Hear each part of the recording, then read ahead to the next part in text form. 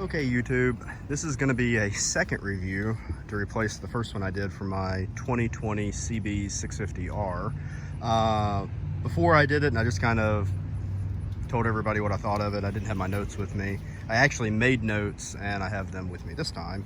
So for the 2020 versus 2019 year, the 2019, you can get some models with the ABS and torque control, but not all models have it. 2020 across the board, the 650R does get both torque control and ABS standard.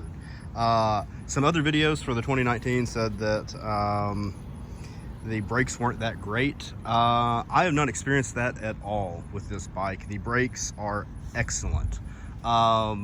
And you have a lot of confidence whenever you apply them too, especially with that ABS there. I would not say that one bit at all. So like I said, a few other people, they didn't really like it. Maybe it was because it was just kind of a test bike and had no miles on it. I'm a little over 900 miles, a little more than a month in on this one, but they're great. I have no issues with them. Another thing is the attention to detail they did on this is just fantastic. The seat, I love that stitching they did on it. They blended a lot of colors into this, because if you look at like the wheels, the engine, you got two different colors going on there, the titanium, the matte dark gray, the exhaust, and then you have also two different colors going on the exhaust. You know, but it's not a lot, it's not too much going on. That's another thing that I like about it. The lights on this are LED all the way around. I'll flip them on. They are very nice looking, but my one complaint is on the low beam setting. It should be maybe 20% or so brighter. It looks like they just undershot it a little bit. I do like that this has hazards. I don't know why it's taken so long for that to catch on in Europe. It seems like they're on everything. The screen is a bit funky. It's not super bright out right now, so you won't see what I'm talking about, but that 14, the E, everything in red does not show up very well in bright conditions. Somebody in the previous video dropped a comment saying they sell a screen cover for that. I need to look into it because I'll probably get it.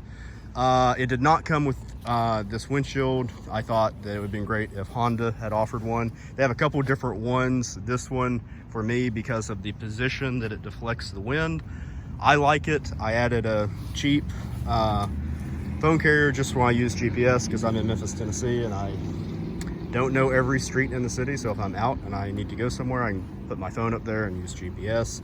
And I added the Atlas throttle lock. This is the black with the under control side. They do an upper and an under.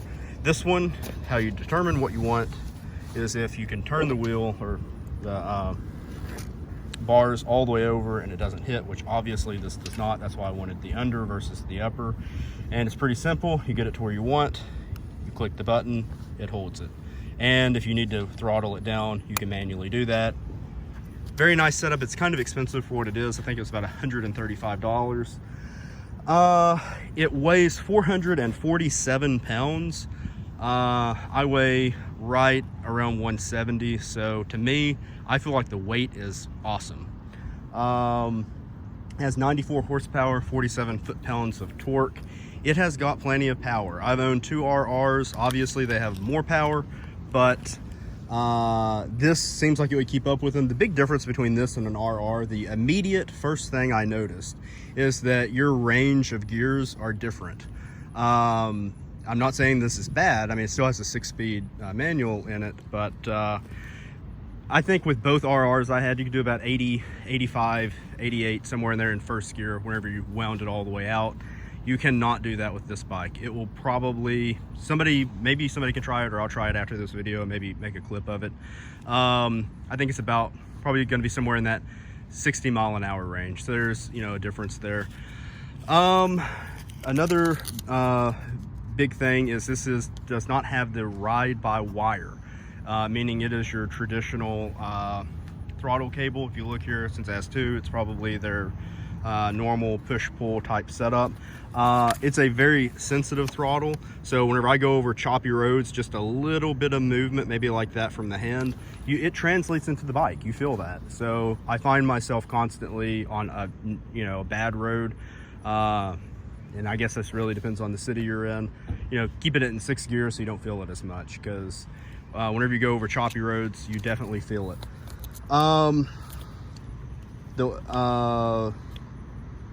The handling of it, I guess I want to just touch on that a little bit. I don't know why. I think it's maybe the front suspension setup and the way the wheel is angled, because it has to be a little different than an RR. It has got excellent, I mean just absolutely excellent handling. So for me, I really like the way it handles. It's very it's very comfortable. Obviously, the handlebars are going to sit up a little higher. If that's important to you, maybe look at this versus an RR. The price difference, just to be honest, this is about $8,600. Right around $9,000. They had some 2019 RRs here in Memphis. I got this from Jackson, Tennessee, back on June 2nd. So, and it actually, I think, was like the last one in West Tennessee, or maybe even in the state. It was really hard to get this because I was actually looking for a 2019, and they had sold that 2019, so I ended up settling up on a 2020. Other people have mentioned vibration in their videos going down the road. If you pay attention to the pegs, they are all metal. Sometimes you see, that the ones that have the little rubber, and I guess they wanted to go for something a little more aggressive looking. I don't know what the reasoning was. If they had rubber on there, you wouldn't feel it as much in the foot pegs. You do feel it in the seat, but it's only around that 6,000 RPM range, which is kind of your cruising range going down the highway. I'm not sure they could do much really to address that, but this, as far as just total vibration, is many times better than the 2 RRs I had, and virtually almost any other bike I've had. It is absolutely buttery smooth from that 4-cylinder, and the shifts are absolute perfect in this. So I can't say enough good things about that. I mean, it is super, super, super smooth. Without that windshield though, going down the highway, it is important to know that the only deflection you would get would be whatever little bit you're offered from your instrument panel, and it's nothing. So you will get a lot of buffering in your chest, a lot. That windshield makes a huge difference on how it rides going down the highway. Actually, probably about anything over 50 miles an hour. So 50 plus, if you do a lot of that or need to jump out on the interstate as part of your commute or something, really look into getting a windshield. That particular one is a Pugue. It came from Europe, I think France. It took about a month to get. I had another one that I used for a while. It was an aluminum one off of Amazon. There are different ones out there, so you can easily get one. One or two other just small things to know. This is super quiet for a 4-cylinder. It is quieter than an RR. When you're going through an urban environment, because it's a little, I guess its idle is a little lower, or the tone of it's a little less aggressive than a RR, you can hear like actual cars approach. I'm fine with that. That doesn't bother me. You may want to swap out the exhaust on it. There are probably a couple of different ways to swap it out. The only common one I've seen is it's an entire system replacement. So it comes directly, it's headers and all. It comes directly off the engine. It's about $1,000 setup. To me, it's not worth it. I don't care for that. So if it's something you're interested in, just know that the most common option right now is about $1,000, high 800s at least. I have ordered a, I'm going to loosely call them sliders, but it's actually more of a cage, and that just mounts, I think from here to something under there, and it kind of covers this whole area. If you lay this over, it's going to be a lot different than just replacing some fairings. So I ordered that. One thing I didn't really understand when I was watching the other videos, people were talking about, oh, I wish I got a better tire on this. It does come with these Metzlers, maybe they don't grip the road as much as you would like. To me, I really like them because they are dead smooth. If you get on a newly paved road, they're super smooth. And I've taken some corners. I just got off of a kind of a back road, so you see all this chert and stuff that got all over it. But you see I'm kind of about halfway into the side. I'm not some stunt driver or anything. You can see here all the way to there. So they grip the road fine. I haven't experienced anything negative with them. And then I think the only thing that's worth mentioning is at the moment, that is the only color they offer it in. I think the CB300 or 500R, they do have like a sick matte blue. If that had been an option, I would have bought that. I would have picked that over this, but I've gotten a lot of compliments on this, so I'm not hating it. And then this did not come factory. I would have loved to have seen an actual tank protector grip come factory. I went through two other ones, one that just had like CB, I think it's maybe CB650R or CBR or something, and it was obviously a Chinese knockoff because the colors didn't seem right, so I ditched it. Then I got a really nice like textured black one, but the adhesive and the grip were two different things. You had to put it together and then put it on the bike, so it didn't really stick that well. And then I just went with a clear one because I wanted it to kind of blend in, so I'm happy with it. Other than that, the only other thing I can comment on is that retro style that it has. It really stands out.